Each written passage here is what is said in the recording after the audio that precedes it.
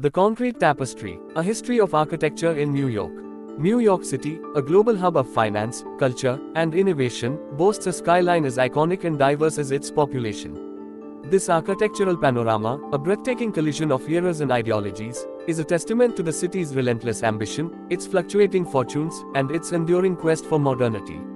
To understand the city's current architectural landscape, one must delve into its rich and complex history, tracing the evolution of its building styles from humble colonial beginnings to the towering skyscrapers that define the 21st century. Colonial roots, simplicity and functionality, 17th to 18th centuries. The story of New York architecture begins with its earliest European settlers, primarily the Dutch in the 17th century.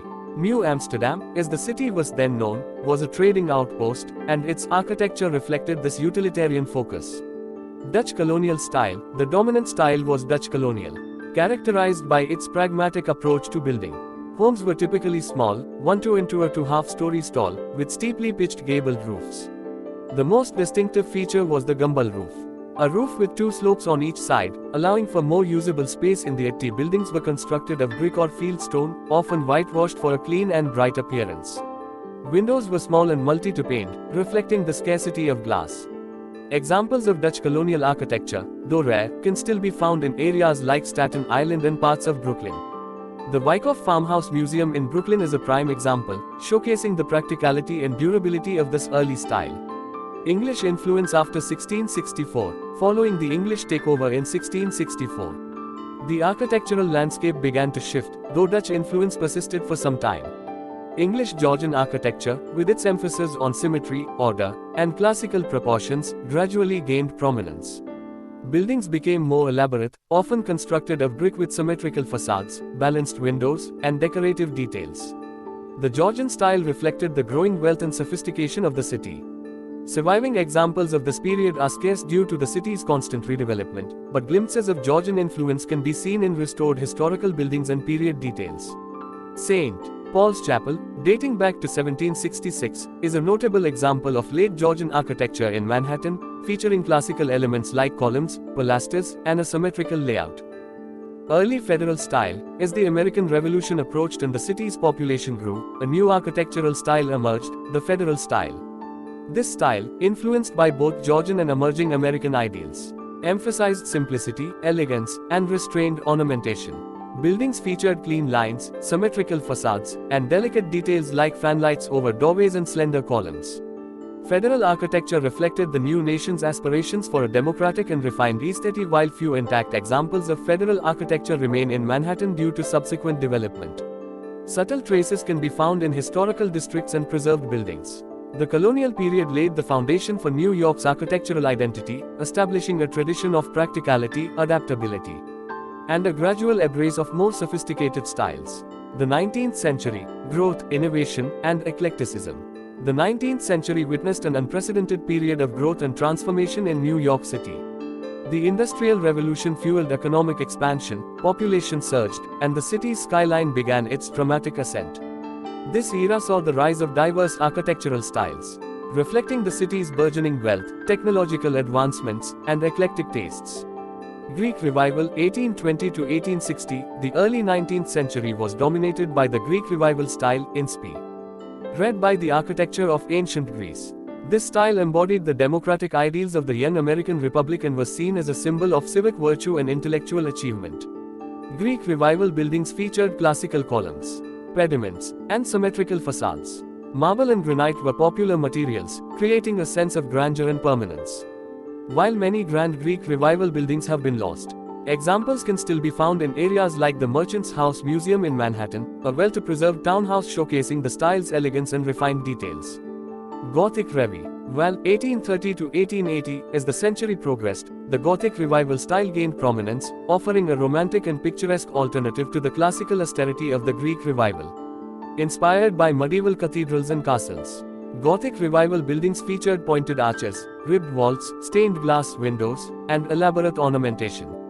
The style was often associated with religious institutions and educational buildings. St. Patrick's Cathedral, begun in 1858 and completed in 1878, is a magnificent example of Gothic Revival architecture, showcasing the style's height, grandeur, and spiritual aspirations.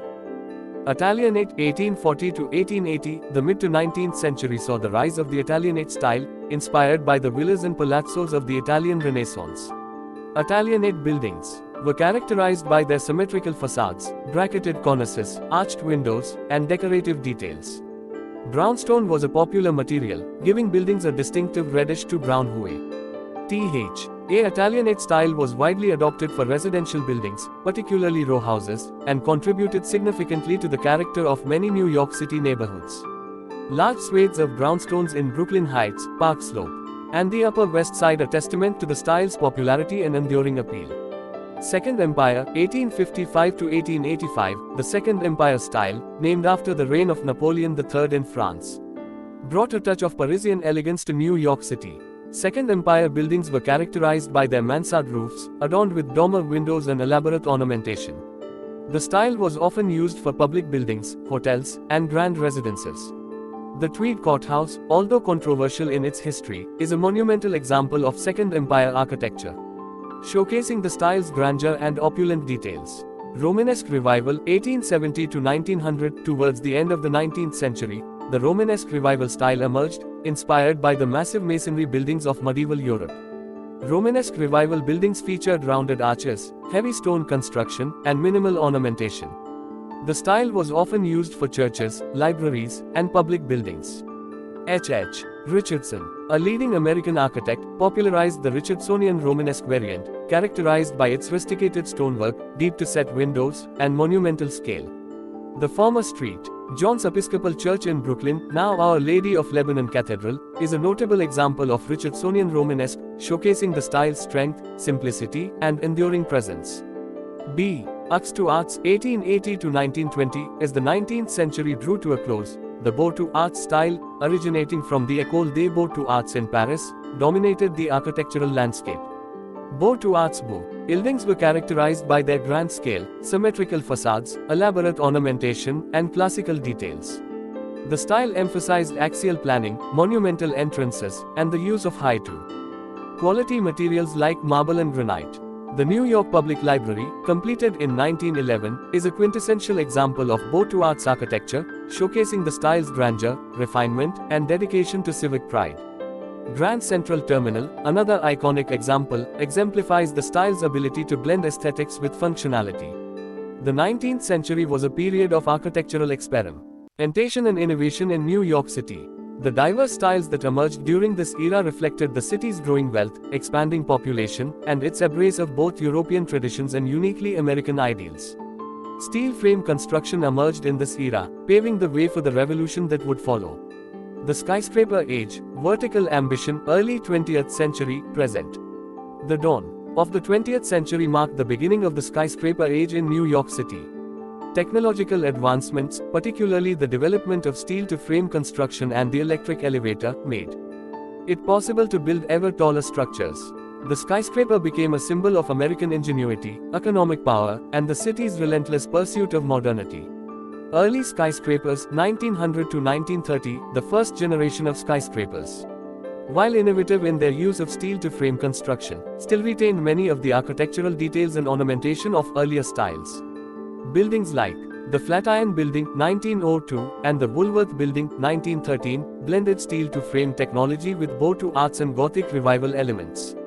These early skyscrapers were celebrated for their height but also for their aesthetic appeal, demonstrating that functionality and beauty could coexist. Art Deco, 1920 to 1940, the Art Deco style emerged in the 1920s, bringing a new level of sophistication and glamour to the skyscraper.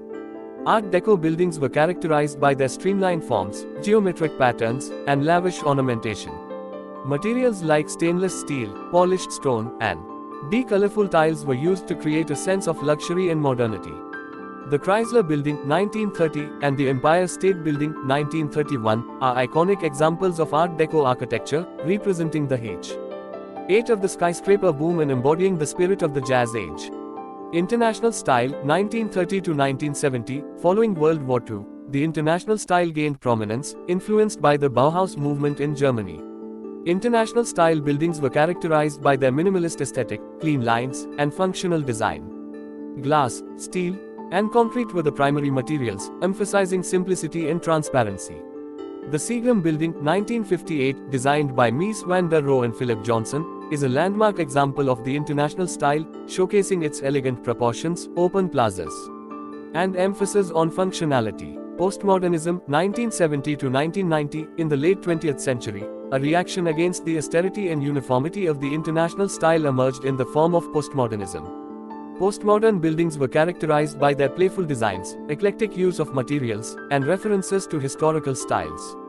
Ornamentation, color, and symbolism were reintroduced to the architectural vocabulary. The AT&T Building, now 550 Madison Avenue, designed by Philip Johnson and John Burgee, is a controversial but influential example of postmodernism, featuring a disty NC-type broken pediment and a blend of classical and modern elements. Late 20th and 21st century architecture. The late 20th and early 21st centuries have witnessed a diverse range of architectural styles in New York City, reflecting the city's ever-to-evolving cultural landscape and technological advancements.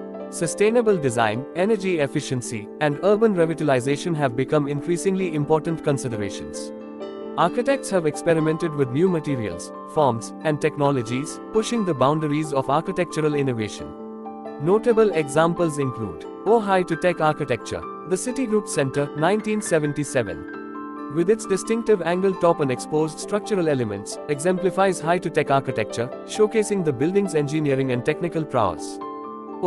Deconstructivism. The Cooper Union Academic Building, 2009, designed by Tom Main of Morphosis Architects, is a striking example of deconstructivism, featuring fragmented forms, exposed structure, and a dynamic interplay of lines and planes. Neo-to-modernism. One World Trade Center, 2014, designed by David Childs of Skidmore, Owings and Merrill, is a symbol of resilience and renewal, combining elements of modernism with innovative sustainable design features.